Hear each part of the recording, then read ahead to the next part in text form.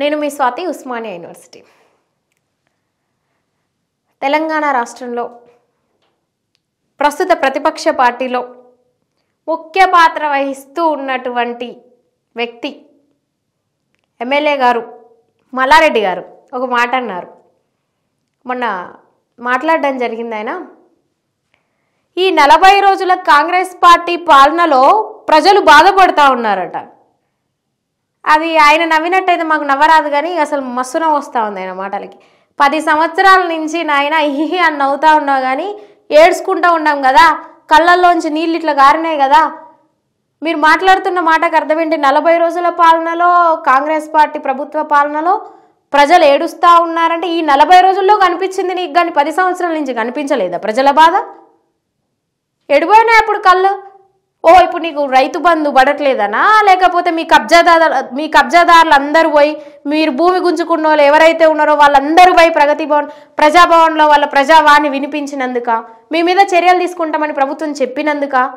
మరి మీ ప్రభుత్వ హయాంలో మీ ప్రభుత్వం అధికారంలో ఉన్నప్పుడు మీరు ఇక్కడనే ఉన్నారు. ఎప్పుడెప్పుడు ఎవరి భూమిని కబ్జా చేయాలా, ఎప్పుడెప్పుడు ఎవరిని విమర్శించాలా, రైతు బంధువులు తీసుకోవడం ఇలాంటివి చేయడానికి. ఇప్పుడు అధికారం కోల్పోగానే మీరు ఎమ్మెల్యే గెలిచారు కదా, గెలిచినాకెందుకు గోవా టూర్లకు అటు ఇటు తిరుగుతూ ఉన్నారు? మీ ప్రజల పట్ల, మీ నియోజకవర్గ ప్రజాప్రతినిధిగా మీరు కొట్లాడాలి కదా, వాళ్ళ సమస్య పైన ప్రభుత్వాన్ని గుర్తు చేయాలి కదా, వాళ్ళ సమస్యల్ని. పోయిన ప్రభుత్వం గురించి నీకెందుకయ్యా? దేనికి? 40 రోజుల కాంగ్రెస్ పాలనలో ప్రజలు బాధపడతా ఉన్నారంటే 10 సంవత్సరాల నుంచి కూడా ప్రజలు బాధపడతా ఉన్నారు. అంతకంటే డబుల్ త్రిబుల్ ఇంకా 10 రెట్లు ఎక్కువనే బాధపడతా ఉన్నారు. అప్పుడు కన్నీళ్ళే గారినాయి. అవి కనిపించలేదా మీకు? మీరే కన్నీళ్ళు తెప్పించారు కదా, మీకు కనిపించకపోవచ్చు బహుశా. ఇప్పుడు ఎట్లా మీరేమైనా, ఇప్పుడు గవర్నమెంట్ మీ కాంగ్రెస్ ప్రభుత్వం వస్తుందని మాకేమైనా తెలుసా? మేమన్నా కలగన్నావానయ్యా? మేమన్నా కుండలు ఊడ్చుకోపోవడానికి లంక బిందెలు పెట్టిపోవాలన్నట, మీకు లంక బిందెలు అని చెప్తున్నారు కదా. మీరు అనుకోలే కాంగ్రెస్ పార్టీ అధికారంలోకి వస్తుందని, నిజంగానే మీరు అనుకోలే సార్. కానీ మీరే అధికారంలోకి వస్తారు, ఇక మొత్తం ఊడ్చుక తిన్నాం, ఇంకో కొంచెం కూడా ఇంకా అప్పులు తెస్తాం, అవి ఎవరికైతే నెక్స్ట్ ఎవడో వస్తాడో ఎవడో కట్టుకుంటాడో మాకు సంబంధం, ఎవడొచ్చినా ప్రజలే కడతారు, వాళ్ళని ఎత్తినే పెడతాం, మేమైతే ఇంకా సంపాదించుకుందాం, ఇంకా అడుగు పొడుగు ఏమైనా మిగిలిందని అనుకోలేదా మీరు? అది నిజం కాదా? ప్రతి తెలంగాణ రాష్ట్రంలో ప్రతి చెరువు కూడా నిండు కుండలాగా వంగుతున్నాయట. మీరు గెలిచినటువంటి నియోజకవర్గంలో నిండుతున్నాయేమో. మరి మీరు అంతగానం భూముల్ని కబ్జా చేసిర్రు కదా, కబ్జా చేసిర్రు కాబట్టి వర్షం వచ్చే వాటర్ ఉంటాయి కదా, బురద కుంటలు, అవే కావచ్చు మీరు నింపిన చెరువులు నిండు కుండల్లాగా. వచ్చి మూలకు ఉన్నటువంటి గ్రామాలు అంతెందుకు, సిటీలల్లో కూడా ఎక్కడ ఏ చెరువు నింపారు, ఏ చెరువు ఉందో ఇచ్చారు, ఫోటోలకు ఫోజులు వేయడమే. మీరు, మీ అధికారులు కావచ్చు, మీ ముఖ్యమంత్రి సార్ కావచ్చు, మీ ఇరిగేషన్ శాఖ మంత్రులు కావచ్చు, ఇదే కథ మీది. ఫస్ట్ విడత ఒక ఫోజు, రెండో విడత ఇంకో ఫోజు. ఏడైంది సార్? పని పూర్తిగా అయిందా? కాలే. యాదగిరి గుట్ట కట్టినాం, ఈ కంపెనీ కట్టినాం, అది కట్టినాం, అప్పులు కాకపోతే ఏమవుతుందయ్యా? సంసారంలా ఇవన్నీ అభివృద్ధి చేసుకుంటా పోతా అంటే అప్పులు కాకపోతే లాభాలు వస్తాయా అంటున్నారు కదా మీరు.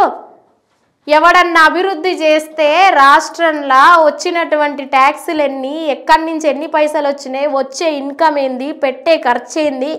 కాళేశ్వరం ప్రాజెక్టు నీ బొంద మీద పెట్టుకున్నావు, ఎవరికి యూజ్ అని కట్టినావు? ఎవరికి యూజ్ అని కట్టిండు మీ ముఖ్యమంత్రి గారు కేసీఆర్ గారు? ఎవరికి యూజు?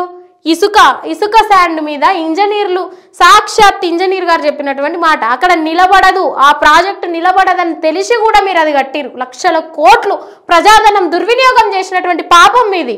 ఈరోజు తెలంగాణ రెవెన్యూ మిగిలినటువంటి తెలంగాణ రాష్ట్రం అప్పుల కుప్పలో నిలబడిందంటే కారణం మీ ప్రభుత్వం, టీఆర్ఎస్ ప్రభుత్వం, కేసీఆర్ గారు. మేము అభివృద్ధి చేసినాం కాబట్టి అప్పులు అయినాయి అంటే, అప్పులు తెచ్చి ఎవరు చేయమని? అప్పులు తెచ్చి యాదగిరి గుట్ట కట్టమని మేము చెప్పినామా? అప్పులు తెచ్చి కాళేశ్వరం కట్టమని ప్రజలు చెప్పిర్రా? ఎవరు చెప్పిర్రు మీకు అప్పులు తెచ్చి పెట్టమని? మీరు కాదు కదా తీర్చేది, ప్రజలే కదా. ఎట్లా చెప్పుకుంటారు మేము తెచ్చినాం కట్టినాం, అప్పులు కాకపోతే ఏమైతాయి అంటే? ఎవరు కడతారు? మీరు కడతారా? మీ ఆస్తులు అమ్ముతారా? మీకు ఉన్నాయి కదా కార్పొరేట్ కాలేజీలు, అందులో అవన్నీ అమ్మి తీసుకొచ్చి కట్టండి. మరి మీరు ఇప్పుడు పోతున్నారు కదా టూర్లకి, దుబాయ్లు, గోవాలు, ఎందుకు పోతుర్రయ్యా? మీ ప్రభుత్వం ఇక్కడ అధికారంలో లేదు. ఇక తినడానికి ఎక్కడైతే ప్రజల మీద పడి తినడానికి ఇక్కడ సందు లేదు, సమయం లేదు, అంత ఛాయిస్ కూడా మనకి ఇచ్చేటట్టు లేరు. ఏడ చర్యలు తీసుకుంటారో, ఏడ నా భాగోతాలన్నీ బయటపడితే ఆల్రెడీ ఆడ ప్రగతి భవన్లో ప్రజాభవన్లో రోజు ఒక లెటర్ పోతుందంట. ఎక్కడైతే ప్రజావాణి వినిపించే దగ్గర ఈయన మల్లారెడ్డి గారి భూ కబ్జాదారులు వాళ్ళే ఎక్కువ ఉన్నారంట ఆడ బాధితులు. అందుకే మీరు ఆడ తిరుగుతున్నారు కదా. ఎంతమంది కడుపు కొట్టి తిరుగుతున్నారు మీరు? ఇంకా నవ్వుకుంటూ చెప్తున్నారు. మీకు దిమాకు ఉన్నదా? మీకు సపోర్ట్ చేసేటోళ్ళకు ఉన్నదా? ఎట్లా చెప్తున్నారు సార్ మీరు? 40 రోజుల్లో కన్నీళ్ళు కనపడ్డాయి, 10 సంవత్సరాలలో ఎందుకు కనిపించలేదు మీకు? విద్యార్థులు చదువుకోలే, చదువులు లేవు, కొలువులు లేవు, నిరుద్యోగులు పెరిగిపోయిర్రు. మీకు, మీ మంత్రులకి, మీ చుట్టాలకి, మీ అనుచరులకి, మీకు సపోర్ట్ చేసిన వాళ్ళకి ఏ డోకా లేదు. అందరు పుష్టిగానే ఉన్నారు. ప్రజల పరిస్థితి ఏంది? బడుగు బలహీన వర్గాల పేద ప్రజల పరిస్థితి ఏంటిది చెప్పండి. దేనికి సమాధానం చెప్తారు మీరు? ఇప్పుడు లంక బిందెలు పెట్టి పొమ్మని మేము ఏం అడగలే. ఉన్న బిందెలను ఎత్తుకపోయారు కదా. అవి ప్రజల బిందెలు, మీ బిందెలు కాదు. దయచేసి మల్లారెడ్డి గారు, మీరు మాట్లాడే మాటలు ఇవి కాదు. మీ గురించి అందరికీ తెలుసు. మీరు పూలు అమ్మితేనో, పాలు అమ్మితేనో, నీళ్ళు అమ్మితేనో ఆ స్థాయికి రాలే. అది అందరికీ తెలిసిన విషయమే. లేకపోతే అయ్యేనే చెప్పండి మరి. చాలా ఊర్లల్లో, చాలా సిటీలల్లో గత 20-30 ఏళ్ళ నుంచి కూడా మీరు చేసినటువంటి బిజినెస్లు చేస్తూ ఉన్నారు. ఇంకా మీరు చేసినప్పుడు ఉన్నటువంటి కాలంలో ధరలు తక్కువ ఉన్నాయేమో, ఇప్పుడు ధరలు విపరీతంగా ఉన్నాయి. మరి ఎందుకు మీ స్థాయికి రాలేకపోతున్నారు వాళ్ళు? ఆ బిజినెస్లో ఉన్నటువంటి ఆ సీక్రెట్స్ ఏందో చెప్పాలి కదా. నిరుద్యోగులు పెరిగిపోతున్నారు. వాళ్ళన్నా సగం మంది బిజినెస్లు చేసుకుంటారు కదా, వాళ్ళకన్నా సహాయపడండి జరా. చెప్పండి. ప్రతిదానికి నవ్వి జోకులు చేయడం కాదు సార్ పాలన అంటే.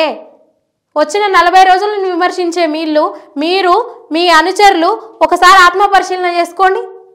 ఎవరంటే వాళ్ళని ఇది చేయడం కాదు, అది కాదు పద్ధతి. ఆత్మపరిశీలన చేసుకొని ఆ విమర్శలు ఎందుకు వస్తున్నాయి, నిజంగానే ఇది జరిగిందా, జరగలేదా అంటే అప్పుడు గౌరవప్రదమైనటువంటి వ్యక్తులుగా మీరు క్రోడీకరించబడతారు సమాజంలో.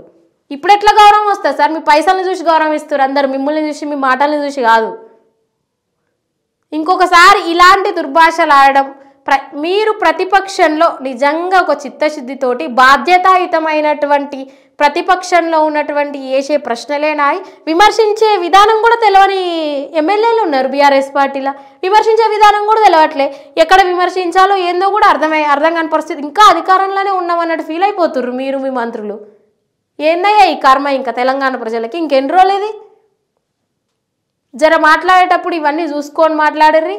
మీకేమైనా సాయాలు తెలంగాణ ప్రజల్ని ఏడుకో తీసుకుపోవాలన్న ఉద్దేశం మీకుంటే అదే నేను ఇందా చెప్పినట్టు మీ బిజినెస్లో ఉన్నటువంటి ఆ సీక్రెట్స్ నిరుద్యోగులకి, యువతకి వాళ్ళని మేల్కొల్పండి వాళ్ళకి చెప్పి. అదే బిజినెస్ వాళ్ళు చేసి మీరు మంత్రి అయినట్టే వాళ్ళు అవుతారేమో, ఎవరికి తెలుసు. ఇవన్నీ చేయకుండా కన్నీళ్ళు వస్తాయి, మేము ఇది చేసినాం, మేము ఆ గుట్ట కట్టినాం, మీ దేవుణ్ణి పెట్టినాం, అప్పులు కాకపోతే ఏమైతాయి అంటే ఏమన్నట్టు. ఏందయ్యా ఈ లొల్లి మాకు?